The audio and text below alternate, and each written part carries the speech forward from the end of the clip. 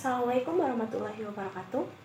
Perkenalkan, nama saya Husni Fadila dari program studi Ilmu Keperawatan S1 kelas 1B, Fakultas Ilmu Kesehatan Universitas Muhammadiyah Purwokerto, akan menjelaskan beberapa bab dalam mata kuliah Bahasa Indonesia.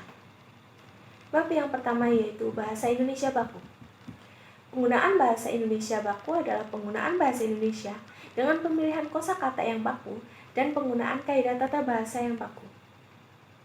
Ragam bahasa baku adalah ragam yang dilembagakan dan diakui oleh sebagian besar masyarakat pemakainya sebagai bahasa resmi dan sebagai kerangka acuan norma bahasa dalam penggunaannya. Ragam baku dapat berupa ragam baku lisan dan ragam baku tulis. Ragam bahasa Indonesia baku digunakan dalam situasi-situasi resmi seperti komunikasi resmi, pembicaraan resmi, penulisan karya ilmiah, dan laporan resmi. Poin pertama dalam bab ini adalah salah ucap atau salah eja dalam penggunaan bahasa Indonesia. Dapat berupa salah eja dan salah ucap sebagian terjadi karena bahasa daerah. Ejaannya benar tetapi diucapkan dengan tidak benar. Ejaan sering dijumpai dalam penulisan kata-kata yang berasal dari bahasa asing. Poin kedua, pemakaian huruf besar dan huruf kecil dalam bahasa Indonesia. Biasanya berlaku untuk menyatakan hubungan persaudaraan. Poin ketiga, penggunaan bentuk yang dirangkai dan tidak dirangkai. Dapat berupa dalam kalimat awalan di dan ke, gabungan kata, penulisan unsur pra, pasca, dan purna, pemakaian dari dan daripada, pemakaian kata di mana dan yang mana sebagai penghubung, pemakaian bentuk yang mubazir, penulisan lambang bilangan, dan penanggulangan unsur pembentukan kata. Poin keempat, penggunaan kata dan istilah. Biasanya berupa penggunaan istilah asing dan penggunaan ungkapan idiomatik. Poin kelima adalah penggunaan kalimat. Penggunaan kata sapaan hendaknya konsisten.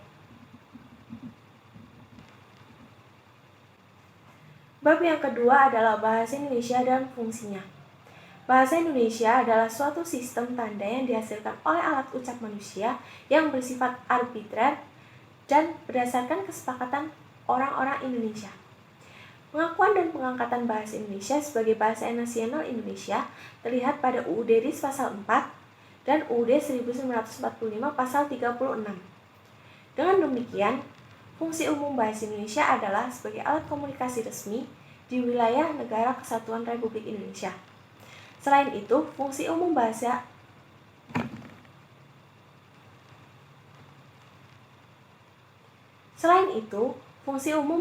adalah sebagai alat pengungkap perasaan dan alat pengungkap pikiran. Jacobson membagi fungsi khusus bahasa atas 6 macam, yaitu fungsi emotif, kognitif, referensial, poetik, fatik, dan metalingual. Bab selanjutnya adalah kalimat dalam bahasa Indonesia. Kalimat dalam bahasa Indonesia mempunyai dua pengertian, yaitu dalam wujud lisan atau primer, yang artinya kalimat diucapkan dengan suara naik, turun, dan keras lembut, di sela jeda, dan diakhiri dengan intonasi akhir yang diikuti oleh kesenyapan yang mencegah terjadinya perpaduan atau asimilasi bunyi ataupun proses fonologis lainnya. Sedangkan dalam wujud sekunder atau tulisan, kalimat adalah satuan gramatikal tulis yang dimulai dengan huruf kapital dan diakhiri dengan titik, tanda tanya atau tanda seru. Sementara itu, di dalamnya disertakan pula berbagai tanda baca, seperti koma, titik dua, tanda pisah, dan spasi. Antara kalimat dan kata terdapat dua satuan sintaksis, antara yaitu klausa dan frasa.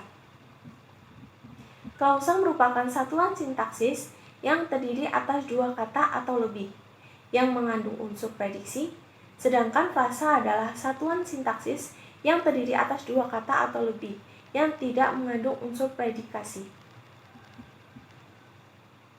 Penggabungan dua kata atau lebih dalam suatu kalimat menuntut adanya keserasian kalimat. Berdasarkan hal itu, keserasian unsur-unsur kalimat berikut ini akan dikemukakan dari kedua segi tersebut, yaitu keserasian makna dan keserasian bentuk. Bab yang keempat adalah seluk-beluk bentuk kalimat dalam bahasa Indonesia. Berdasarkan bentuknya, kalimat dapat dirinci atas kalimat mayor dan kalimat minor. Berdasarkan maknanya, kalimat dapat dibedakan atas kalimat berita, tanya, perintah, seru, dan emfatik. Kalimat mayor tersebut dapat dibedakan atas kalimat tunggal dan kalimat majemuk. Kalimat tunggal dibedakan lagi atas kalimat yang berpredikat verbal dan yang berpredikat nominal. Kalimat majemuk juga dapat dibedakan atas kalimat majemuk setara dan kalimat majemuk bertingkat.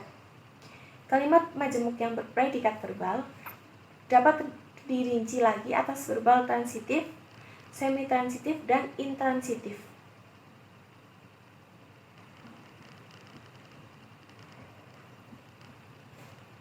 Kalimat berpredikat nominal dapat dibedakan atas nominal yang berpredikat noun atau frase noun. Nominal yang berpredikat adjektif atau 57 frase adjektif, nominal yang berpredikat numerial atau frase numerial, dan nominal yang berpredikat adverb atau frase preposisi.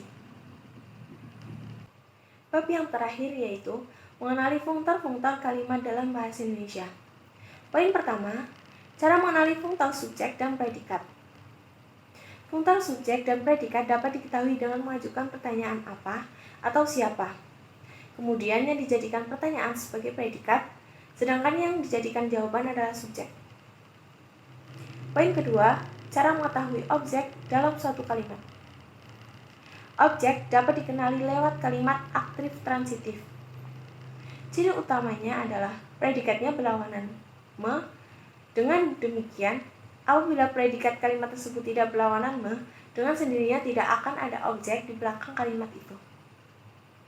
Fungtor objek pada kalimat aktif transitif harus dapat menduduki fungtor subjek pada kalimat pasifnya. Apabila tidak dapat menduduki fungtor subjek pada kalimat pasifnya, konstruksi tersebut berarti bukan objek. Secara praktis, ciri-ciri objek adalah predikatnya berlawanan me dan dapat dipasifkan. Poin ketiga, keterangan dapat dikenali dengan memutasikannya. Apabila suatu konstruksi tidak dapat dimutasikan di depan atau di belakang kalimat, maka konstruksi itu berarti bukan keterangan, dan apabila tidak dapat menduduki subjek pada kalimat pasifnya, maka konstruksi itu berarti bukan objek. Karena bukan objek dan bukan keterangan, dengan sendirinya konstruksi tersebut adalah pelengkap. Demikian yang dapat saya sampaikan, kurang lebihnya saya mohon maaf. Terima kasih. Wassalamualaikum warahmatullahi wabarakatuh.